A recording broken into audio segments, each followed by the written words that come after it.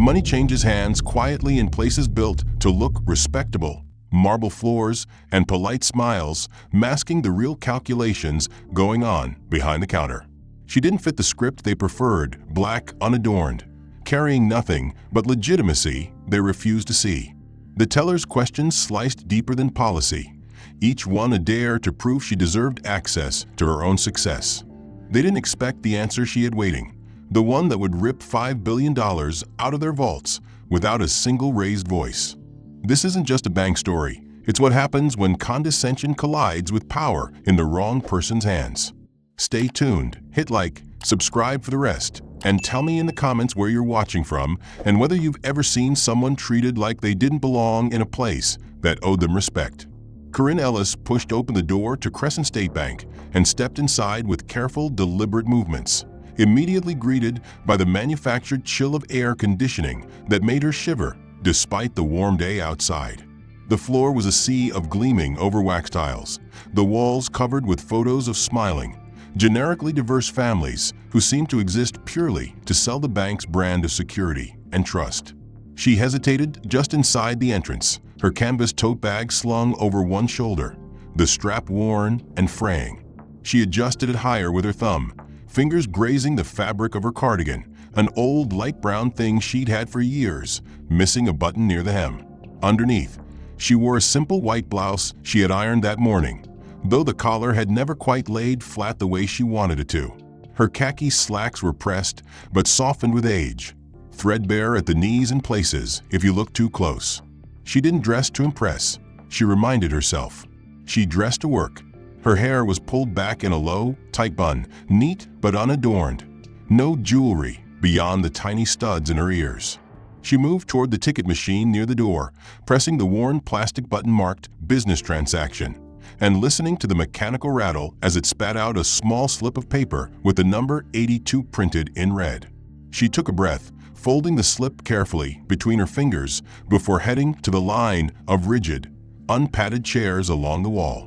The lobby smelled like lemon-scented disinfectant and institutional indifference, punctuated by the occasional ding of the queue screen overhead and the hushed shuffle of other customers.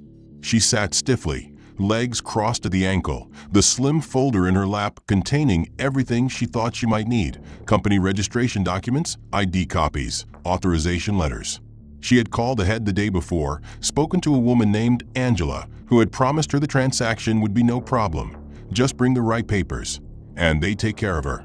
Corinne held onto that assurance like a lifeline, repeating Angela's words in her head as she watched the numbers change. 79, 80, 81. Her fingers drummed once against the folder before she forced them to be still. When 82 appeared on the screen with a cheerful electronic chime, she rose immediately, smoothing her blouse once more before walking carefully toward the teller windows. Window 3. She saw Jessica Rourke before Jessica saw her. Blonde hair pulled back in a razor-sharp ponytail that gleamed under the fluorescent lights, nails long and glossy with bright red polish that clacked against the keyboard in rapid, impatient bursts. She wore the bank-issued navy blazer with casual authority, shoulders back, jaw lifted. Her eyes were cold, washed-out blue, scanning the crowd as she prepared for her next customer. And when they landed on Corinne, there was a flicker, a tiny flash of something that looked a lot like surprise that soured almost immediately into distaste. Corinne caught it, even if Jessica was quick to wipe it from her expression. Corinne approached with a careful smile, laying the slim folder on the counter between them. "Good morning," she said in a quiet, practiced voice. "I'm here for a business transfer. I called ahead yesterday to confirm everything. I have all my documents ready." Jessica blinked once, expression neutral but voice tight. "Can I help you?" She spoke slowly, drawing out the words as if Corinne might not understand English. Her eyes dropped deliberately to Corinne's cardigan, the frayed tote bag, the worn khakis, lips tightening at what she saw. Corinne swallowed, heat rising in her cheeks. She pushed the folder a little closer. "Yes, I'm transferring funds from my company account. Payroll disbursement. It's scheduled." Angela said there would be a note on the account. Jessica didn't move to open a folder right away. She just looked at Corinne for a long, silent moment, eyes narrowed slightly. Business funds, she repeated flatly. Yes, Corinne answered, voice catching slightly at the edge. Jessica's lips twitched. It wasn't quite a smile. Business funds. Yours. She made a small, mocking noise in her throat, a quiet snort that nonetheless seemed to echo in the lobby. She turned finally to the folder, flipping it open with 2 fingers like it might be dirty. She picked one up, turned it over, then held it up between 2 fingers, squinting at it as if it were suspect evidence in a crime. You know this one's missing your middle initial, right? She angled it so Corinne could see it, shaking it slightly for emphasis. Care to explain that? Corinne blinked, forcing herself to take an air.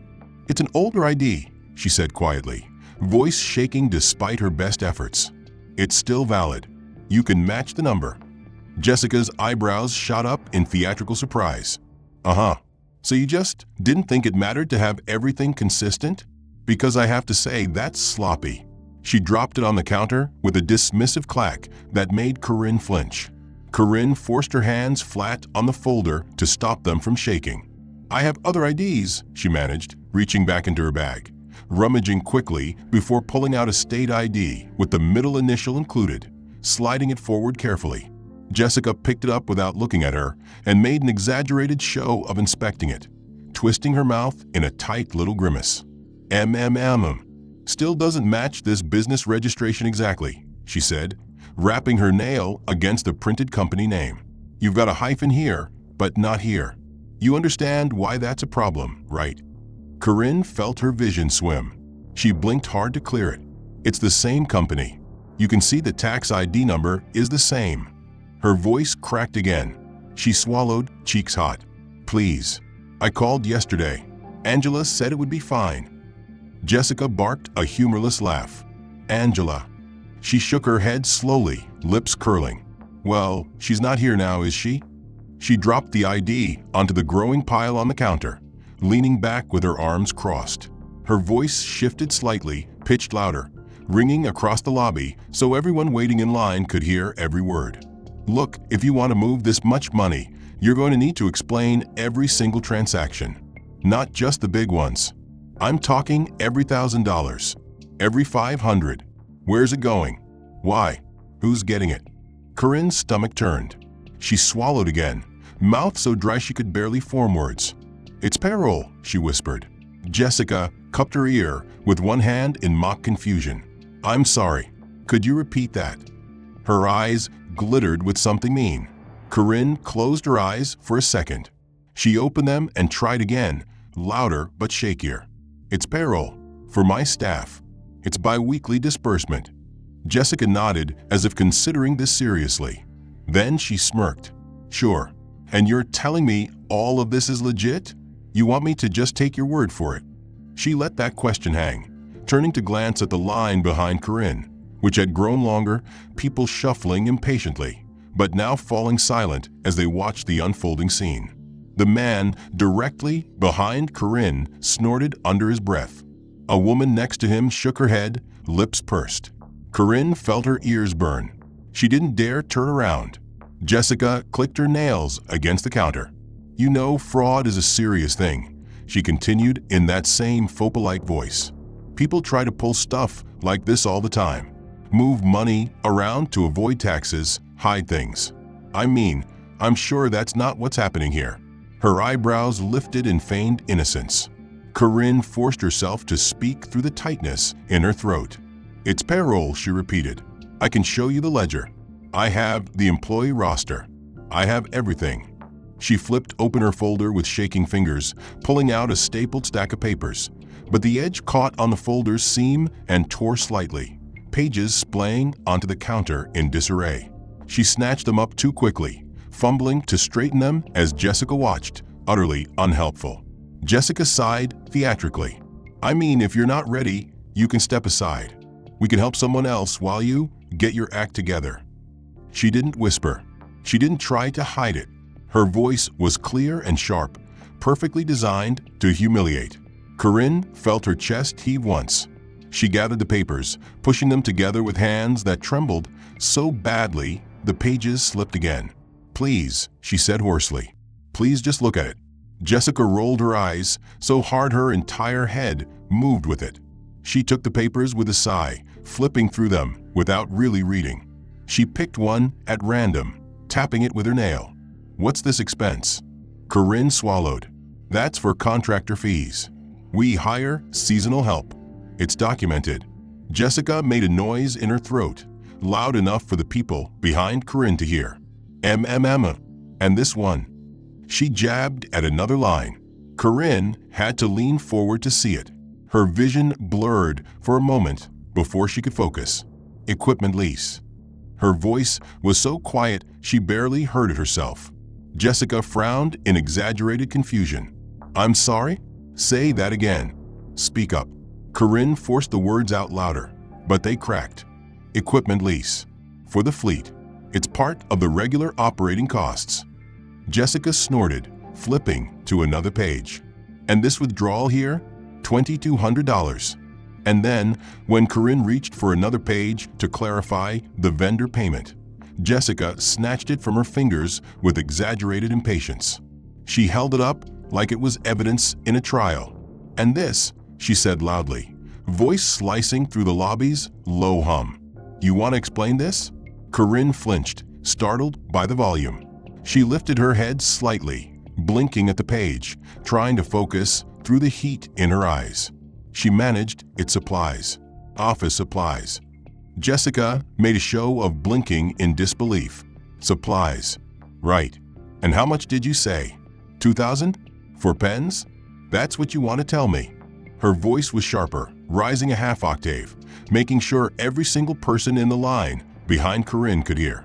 Corinne pressed her lips together and inhaled shakily. "It's not just pens. It's printers, paper toner. Monthly restock." Jessica snorted, tossing the page down so it fluttered onto the counter. Sure." She sat up straighter, voice pitched with artificial sweetness, but with a cruel edge that made Corinne's chest tighten. "You know, ma'am, we really do take fraud prevention seriously here. We can't just let any random person walk in off the street waving papers around saying they're running a business." She smiled, but it was poison, her lips thin and pale. The line fell silent behind Corinne. The older man who had been shifting impatiently earlier now crossed his arms and settled in to watch. A mother with a young boy a few places back pulled her child closer, eyes darting between the two women at the counter. Jessica didn't even try to lower her voice. "Just answer the questions," she said, voice hardening. "We don't want any funny business here. Not with amounts like this. Not with your situation." Corinne's eyebrows pinched, eyes watering. She shook her head once, trying to clear the fog that was creeping in around her thoughts. "My situation?" she whispered. Jessica pounced on it. "Oh, did I stutter?" "Yes. Your situation. A walk-in transfer of almost $1 million? Payroll? From this account? In this branch?" She lifted her hands, palms up, feigning innocence. "I mean, maybe in some other neighborhood, but here?" The words sank like knives. Corinne felt her chest tighten so much it hurt to breathe. She opened her mouth to speak, but her throat closed around the words. Jessica's mouth curled into something like pity, but it didn't touch her eyes. "You're not really helping yourself by staying quiet. It just makes you look more suspicious. So let's try this again. Nice and slow. Tell me about the last line item. Break it down for me." Corinne's voice cracked as she forced herself to answer. "Utilities," she said. "Monthly utilities for the warehouse." Jessica leaned forward. "For what warehouse?"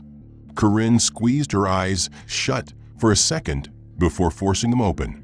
"Our main distribution site. It's on file with the business registration." Jessica picked up the registration, waved it lazily. "Oh, this old thing? The one with the hyphen error." She laughed, short and humorless. "Yeah, super convincing." Corinne felt the burn crawl up her neck and into her face. Her heart pounded. She could feel sweat beading at the back of her hairline. She glanced to the side and saw the growing line of people staring openly, some shaking their heads, others simply watching like it was entertainment. Jessica's voice cut in again, even sharper. "I'm not going to waste all day on this. Either you can answer my questions or you can step aside." Maybe security can help you get organized." Corinne swallowed hard, her fingers going numb where they pressed into the edge of the counter. "Please," she croaked. "I just need to finish this. I called ahead. I have the papers. Please." Jessica clicked her tongue. Sure. I'm sorry, but you're holding up the line." She turned her head and raised her voice, addressing the lobby. "Next customer, please." The words snapped like a whip in the air. Corinne blinked, stunned, mouth hanging open in horror. She felt her legs tremble under her. She didn't move, couldn't move. Jessica turned back to her, smile gone, eyes narrowed to slits. "Ma'am, step aside. Now." Corinne's breath came in ragged gasps. She felt humiliated, paralyzed by the attention, by the sudden shame of everyone watching her get scolded like a child. She made no move to collect her scattered papers. Jessica raised an eyebrow. She thought about leaving.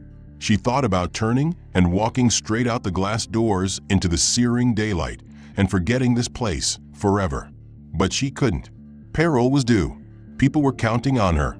There were families depending on those checks clearing.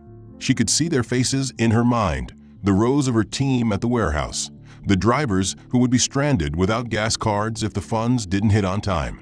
She closed her eyes, inhaled shakily, then forced her legs to move. She walked slowly back to the line. The customers were quieter now, some avoiding her gaze pointedly, while others watched her with thinly veiled curiosity. She took a number from a machine again, her fingers so unsteady she nearly tore it in half, and sat down in the corner to wait. The red digital screen ticked away its cruel countdown. When her number finally came up, she forced herself to her feet and walked back to the same window. Jessica was waiting. She didn't bother to hide her irritation. She sat there tapping her pen against the counter with slow, deliberate precision, her eyes watching Corinne approach like she was something unpleasant on the sidewalk. Corinne stopped in front of her, her shoulders hunched in defeat, but her eyes determined. She swallowed, voice low and shaking but clear. "Please, I need to finish this transfer. My employees are waiting on this. I have everything here." Jessica let out a loud, exaggerated sigh, rolling her eyes so dramatically her entire head moved with it. "You again." She didn't lower her voice at all. "You people always get so defensive." The words dropped like stones in the silent lobby. Corinne's mouth fell open slightly, eyes widening, her chest tightening at the phrase. She felt the wave of shame crash over her, hotter and more suffocating than before. A few customers in line glanced at each other uncomfortably, shifting on their feet. One younger woman in workout clothes pulled out her phone, tilting it slightly to capture the scene, as if she couldn't quite believe what she was seeing. Corinne swallowed hard. "I'm not being defensive," she managed, voice cracking. "I'm just trying to get this done. Please." Jessica's mouth twisted into a smug little smile. She flipped the folder open, glancing over the bent, crumpled pages without really reading them. She lifted one, letting it dangle from 2 fingers, as if it were something unclean. "Oh, you're trying? Really?" She tossed it down again, where it landed half hanging off the edge of the counter. "Because it doesn't look like you're trying very hard." Corinne reached out quickly, grabbing the paper before it could fall. Her hands trembled, so badly she nearly dropped it again. She forced it back into the folder, her breath hitching. She lifted her eyes to Jessica, desperate. "Please," she whispered. "It's payroll. It's already scheduled in your system. Angela said yesterday it was ready." Jessica let out another heavy sigh, this one even more performative, turning her head to address the line as if looking for solidarity. "Did everyone hear that?" Angela said. "Wow." She shook her head slowly, eyes darting back to Corinne with contempt. "Listen," she hissed, voice dropping but no less vicious. "If you can't explain what you're really doing with this money, if you can't tell me what you're actually moving around with $5.7 billion in corporate accounts, I'm going to have to escalate this." Corinne blinked, mouth falling open in genuine shock. "What? It's not even. What are you talking about? That's our total holdings. I'm only transferring $800,000 today." Jessica raised an eyebrow, eyes gleaming with cruel amusement. So you admit you control 5.7 billion? That's what you're saying? You think I'm going to just approve that without real answers? Without checking with fraud prevention? She leaned closer, her voice lowering to a hiss that somehow felt louder than a shout. Or maybe I should call the police. Curran's heart stopped in her chest for a moment. She felt her vision narrow to a tunnel, the edges going dark. She shook her head rapidly, the motion frantic. "Please don't," she whispered, her voice cracking so badly it hurt. Jessica smiled like a cat with a mouse under its paw. "Then explain it. Explain everything. Who you pay, where it goes, line by line, every last dollar, right here, right now." Corinne felt her body lock up. She couldn't breathe. Jessica watched her with an infuriating calm, tapping her long red nails against the countertop with soft, rhythmic clicks that sounded like a countdown. Corinne drew a shaking breath and forced her voice out, raspy and broken but clear enough. "I want to speak to the branch manager." The words fell like dead weight into the hush, and Jessica's eyebrows went up a fraction before she allowed her lips to curve into a slow, mocking smile. "Of course," she drawled, tone dripping with false pleasantness. She didn't move right away. She just sat there for a second, savoring it, letting the tension hang so everyone behind Corinne could take it a moment. Then she finally turned and pressed a button on the little intercom at her station. "Mr. Briggs to window 3, please," she said, her voice syrupy and professional all of a sudden. The venom hidden just out of sight, but not lost on anyone watching. Corinne didn't move. She couldn't. Her knees felt like they might give out if she so much as shifted her weight. She clutched the folder tighter, crumpling the edges, feeling the slick paper dig into her palm. She could hear someone in line mutter something under their breath, but she was too numb to process the words. The phone camera woman was still there, still watching, but Corinne didn't dare look at her. She didn't dare look at anyone. She just waited, heart hammering, humiliation roaring in her ears. After what felt like an eternity, but was probably only a minute, Kenton Briggs appeared from a side door, the hinges squeaking just a bit as he pushed through. He was a tall man, late 40s, with thinning sandy hair and a slight paunch that strained against his crisply pressed dress shirt. He wore the bank's navy blazer, the logo gleaming from a cheap-looking pin on his lapel. His expression was flat and blandly professional as he approached, eyes flicking between Jessica's bored amusement and Corinne's trembling form. "What seems to be the problem here?" he asked in a tone that suggested he didn't really want to know. Jessica sat back in her chair, folding her arms, her nails tapping the fabric of her blazer. "This customer is refusing to comply with our fraud prevention procedures," she said smoothly, sounding almost bored. "She's moving significant corporate funds without explaining the details." She became combative when I asked her to clarify the transactions. I was about to call fraud prevention for guidance.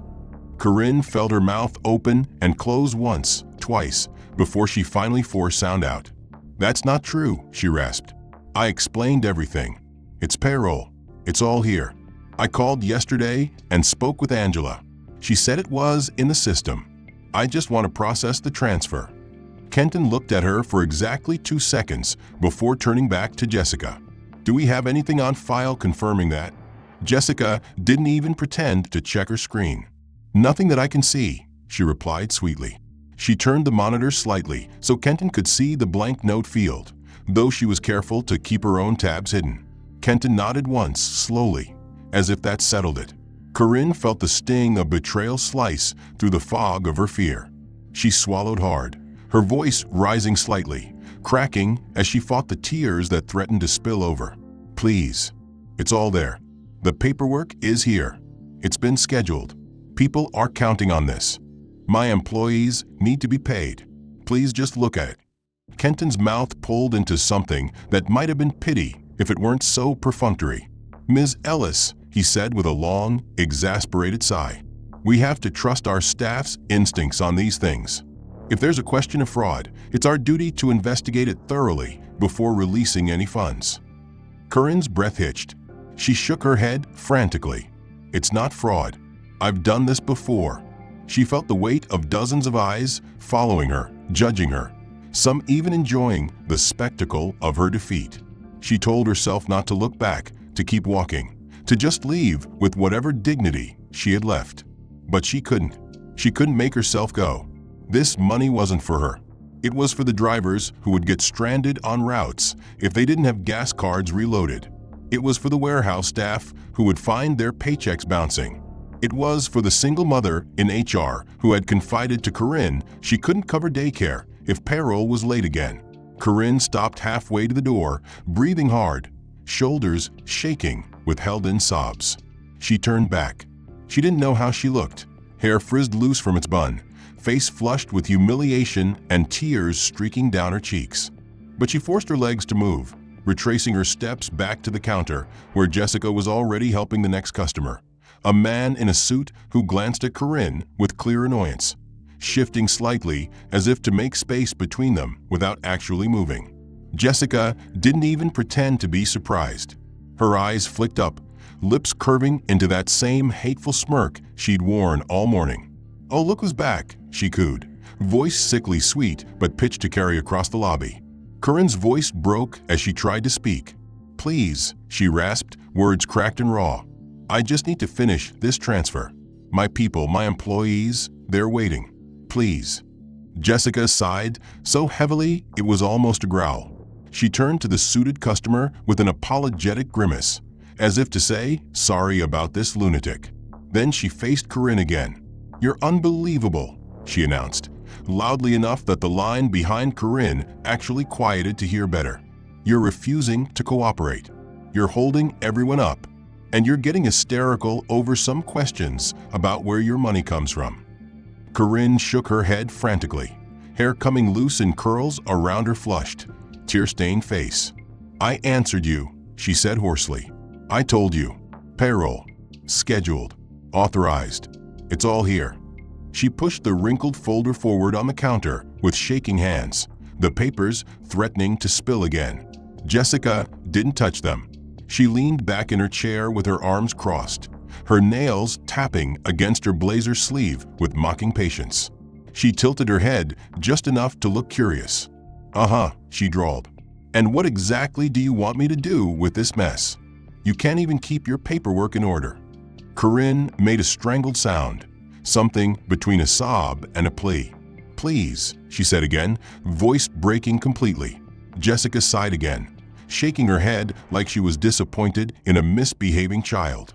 Then she turned her head, deliberately looking down the line of waiting customers. "Okay, everyone, I just want to be clear here," she said, voice rising until it was painfully loud in the tense quiet. "We're trying to process a significant transfer here. This woman claims she runs a business with $5.7 billion in accounts, but she can't even explain where the money is going. She refuses to clarify the transactions. And she's getting aggressive with me because I'm asking her to prove she's not trying to launder drug money or commit fraud." The words fell like gunshots in the silent lobby. Corinne recoiled as if she'd been slapped, her mouth dropping open in shock, breath catching in her throat so violently she coughed, choking on her own spit. The mother with the young boy actually gasped, pressing the child's head into her side to cover his ears. A man in a polo shirt let out a low whistle. Someone behind them muttered "Jesus Christ" under their breath. The woman with the phone raised it again, recording in earnest now. Corinne tried to speak, but nothing came out except a strangled croak. Her legs wobbled under her as the blood roared in her ears. Her heart beat so fast she felt dizzy. Jessica didn't stop. She smiled wide, teeth flashing, eyes cold and glittering with triumph. "If you're legitimate," she continued, dripping sarcasm so thick it was hard to believe it wasn't slime, "you wouldn't mind proving it, would you? I mean, people with nothing to hide don't usually get this emotional." Corinne let out a sob she couldn't contain anymore, her entire body shaking with the force of it. She pressed a trembling hand to her mouth, eyes spilling over with tears she couldn't stop. Jessica leaned back in her chair, turning to the suited customer and shrugging. "I'm sorry about this," she said primly. "Some people just don't understand how banking works." She turned back to Corinne, eyes narrowing. "You're done here," she said quietly, her voice like ice. "I'm not dealing with this anymore." Then, louder, to the whole room, "Security." The word cracked like a whip. The uniformed guard by the door straightened immediately, exchanging a look with his partner before they both started forward. Jessica didn't even glance at them. She kept her eyes locked on Corinne, who shrank back a step, clutching the folder to her chest so tightly it bent and buckled under her fingers. "You're going to need to stand up now. Let's not make this worse for you." Corinne squeezed her eyes shut, hot tears pressing out from under her lids, leaving new wet tracks on her flushed, mottled cheeks. Her chest heaved once, twice, as she forced down the sob that threatened to break her all over again. She felt the judgment radiating from the line of customers behind her, some disgusted, others pitying, a few entertained in that sick, fascinated way people can be when they're offered cruelty without having to pay for it. She thought she heard someone say, "What a scene," under their breath. She wanted to disappear. She wanted to dissolve right there into the floor and seep away. But in that awful hush, broken only by the buzzing of the fluorescent lights and the distant mechanical ding of another number being called, something hardened in her chest. Not anger, not yet, but a refusal to leave it there. Corinne took a shuddering breath, then another, trying to slow the frantic flutter of her pulse. She opened her eyes and looked at the guard's outstretched hand. Then she pushed herself up without taking it, using the edge of the counter to steady her trembling legs. She felt like she weighed 1,000 pounds, every muscle heavy and reluctant, but she forced them to obey. When she was standing, she took a moment to smooth the front of her blouse, though it was hopelessly wrinkled and damp with sweat and tears. She picked up the ruined folder, stuffing the scattered pages back inside without caring about the order. Jessica watched all of it in bored triumph, lips pursed in a mock-sympathetic pout, one eyebrow lifted in amusement. When Corinne finally met her gaze, Jessica's mouth twitched into a smirk. "Are we done having our meltdown?" she asked, voice light and cruel, pitched so that everyone behind Corinne could enjoy it too. Corinne didn't answer. She held Jessica's gaze for a beat longer than felt safe, her chest still heaving, eyes bloodshot and stinging. Then, voice shaking but clear enough to carry, she said, "Close all of my company's accounts. Every division." Now, the words hung in the air like a gunshot. The guards froze. The line fell silent. Even Jessica blinked once, caught off guard, before her smirk returned full force. She barked a single, harsh laugh that cracked in the tense quiet. "Oh, sure," she drawled, leaning back in her chair and folding her arms, nails tapping against her sleeve. "Sure you even have that authority? You really think anyone here is going to believe you have access to those kinds of funds? Please." Corinne swallowed hard, feeling her entire body tremble with exhaustion, fear, and something else. Resolve that was slowly but surely pushing its way up through the wreckage of her humiliation.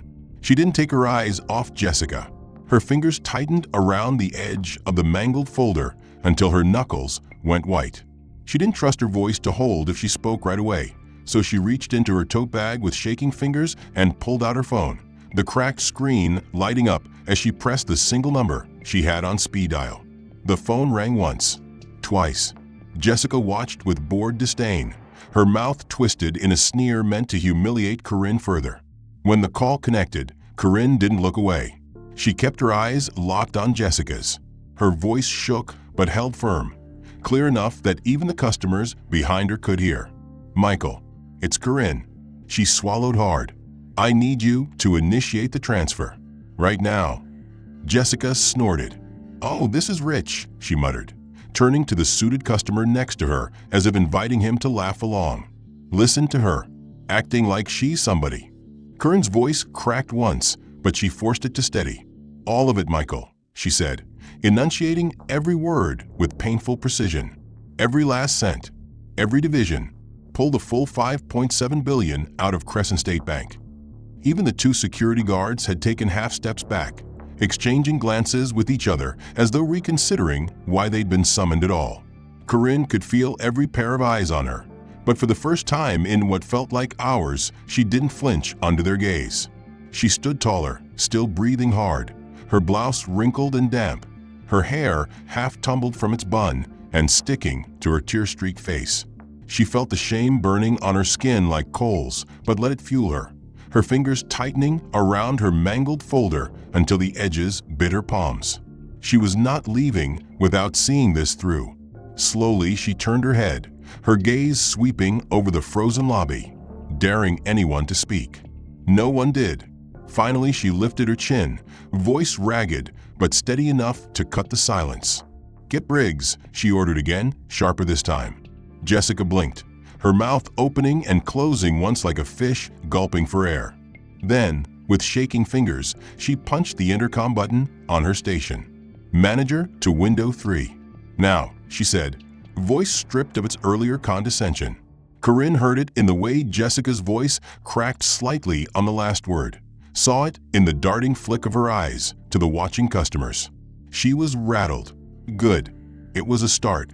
A moment later, the door to the side office banged open, so hard it rattled in its frame, and Kenton Briggs all but burst through, phone pressed tight to his ear, his face red and glistening with sweat despite the icy AC blasting through the lobby. He looked like a man barely holding it together. Corinne didn't have to guess why. He wasn't talking anymore. He was listening with wide, darting eyes, nodding frantically to whatever voice was barking at him from the other end. When he saw her standing at the counter, he froze mid-step, blinking like he couldn't quite process what he was seeing. Then his eyes darted to Jessica, who visibly paled under his furious gaze. "Hold on," Kenton snapped into the phone, voice shaking with barely controlled panic.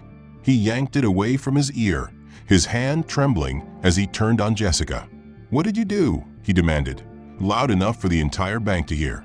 Jessica recoiled, shoulders curling inward. She wouldn't cooperate, Jessica stammered, words tumbling out in a rush. She refused to verify the transactions, she wouldn't explain the money. Kenton cut her off with a sharp, slicing motion of his free hand. "Shut up," he barked, the words like a slap in the echoing quiet. The entire lobby flinched. Even the security guards looked away, uncomfortable. Kenton's face had gone from red to an unhealthy, blotchy purple. He turned back to Corinne, trying to compose himself, his voice dropping into an unconvincing, strained politeness. "Ms. Ellis," he rasped, throat working convulsively. "Please, I need you to hold on. I have corporate on the line. They want to speak with you. Please, just wait one moment while I explain." Corinne didn't move, her expression cold and brittle as glass. She felt like she might shatter if anyone so much as breathed on her wrong, but she wasn't going to flinch now. She stared him down, her voice low and venomous. "No, you don't get to explain anything to me. You get to close every single one of my company's accounts." Now, Kenton swallowed so hard his Adam's apple bobbed like he was choking. "Ms. Ellis, please," he tried again, voice cracking. "They're telling me. Corporate is saying, look, we can work this out, all right? Not by a long shot." But the shift in power was real. She could feel it in her bones. Behind her, the lobby was still frozen in shocked silence. The customers and staff who had watched the entire thing unfold, no doubt whispering to each other, casting sidelong glances at Jessica's suddenly ashen face, Kenton's panicked fumbling with the phone, the way security had lowered their hands and stepped back when they realized who they'd been ordered to remove. Corinne adjusted her grip on the folder, feeling the cracked edge dig into her palm, grounding her.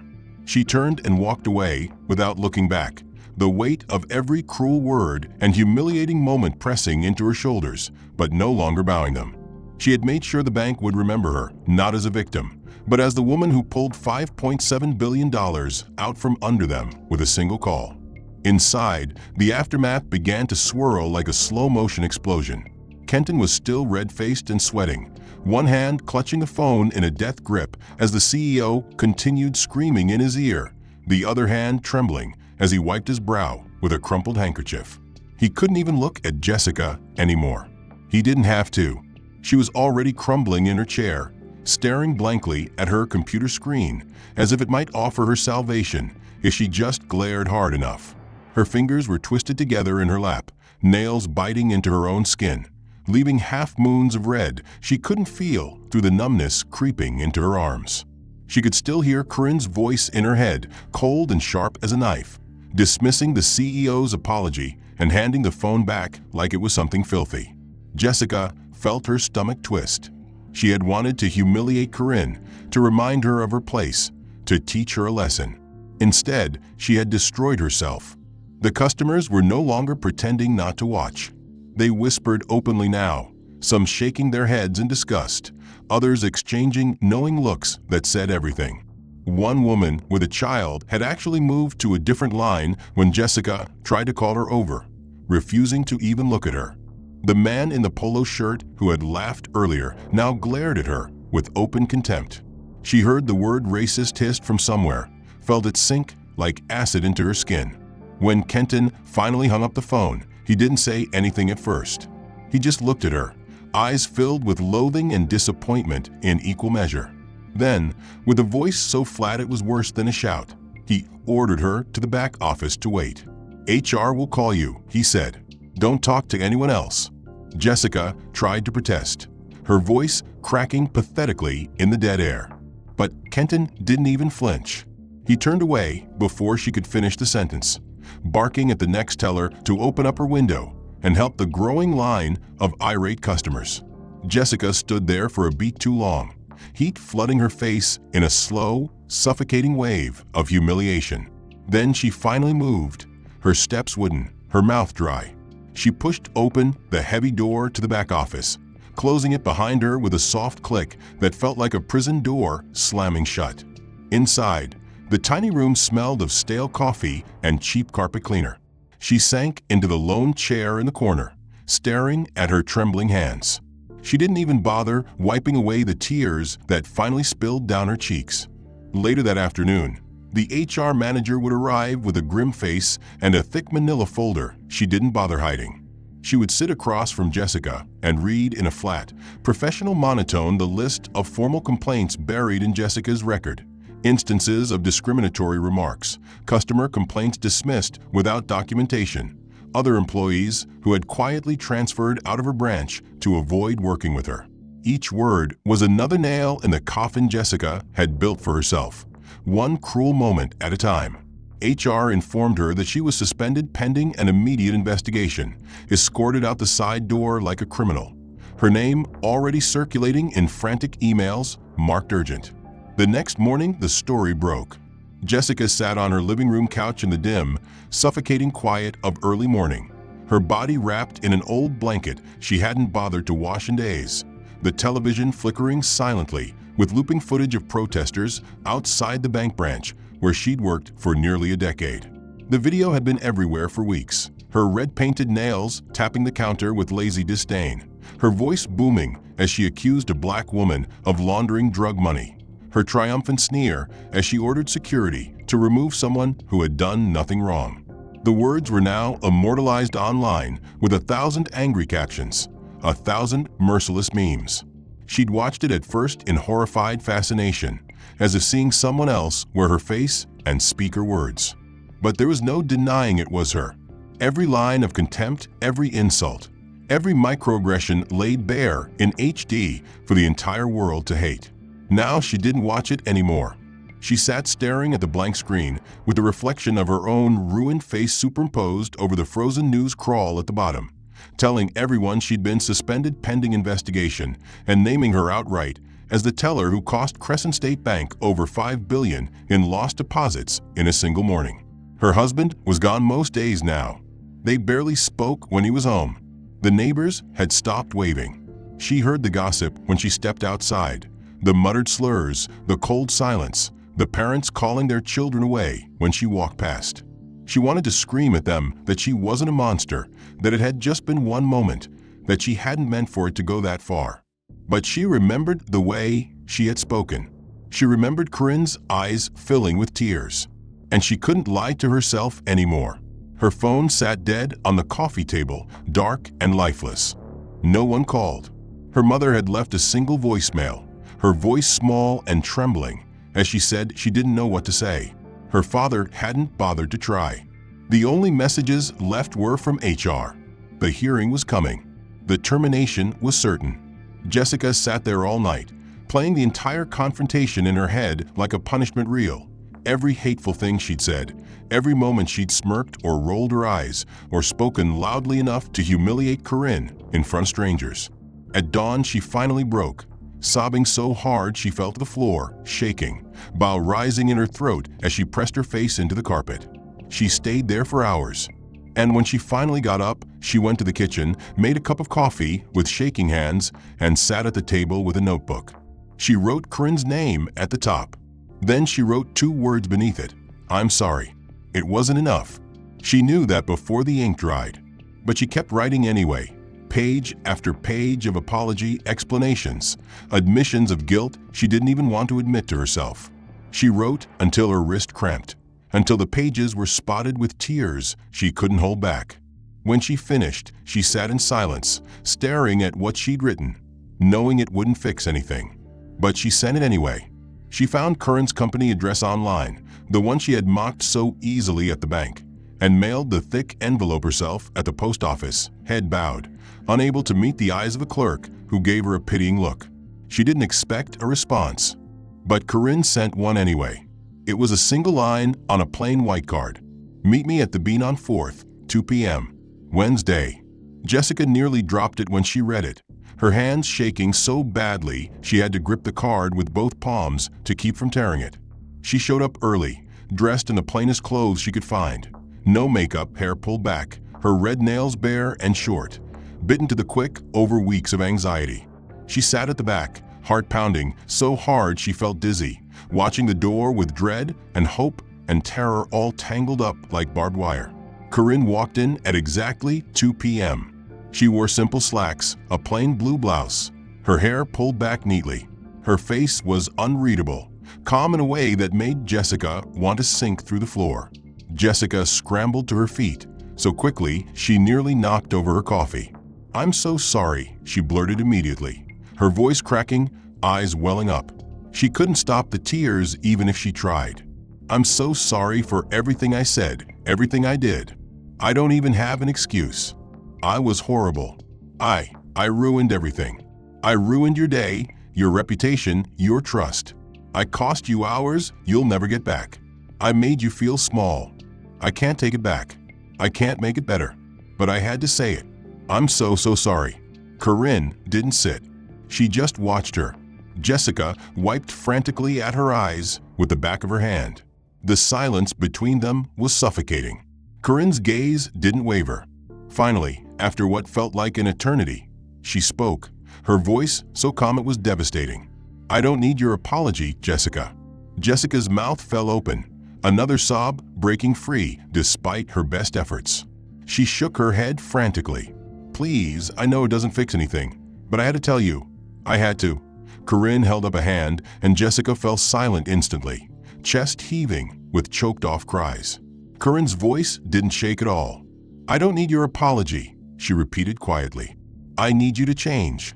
The words landed like a blow. Jessica flinched visibly, pressing a shaking hand to her mouth as tears streamed freely.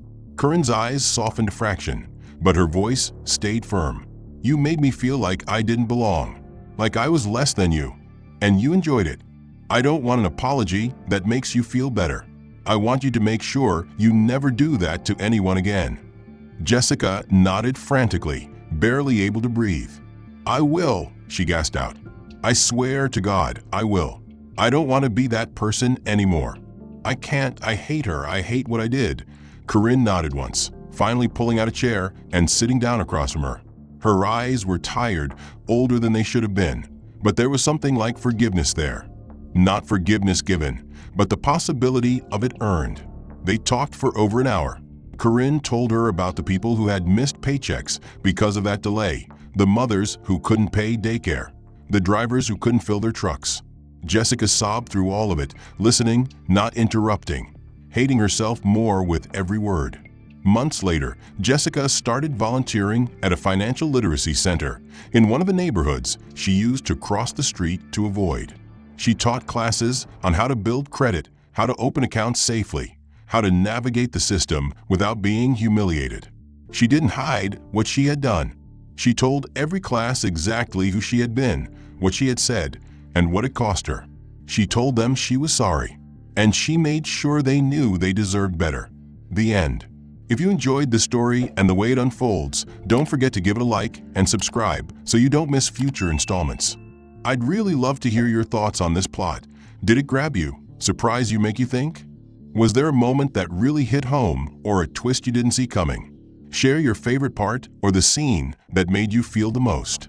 And let me know, where are you watching or reading from today? Drop your location in the comments below and join the conversation. Your feedback means a lot and helps shape what comes next. Let's talk about it.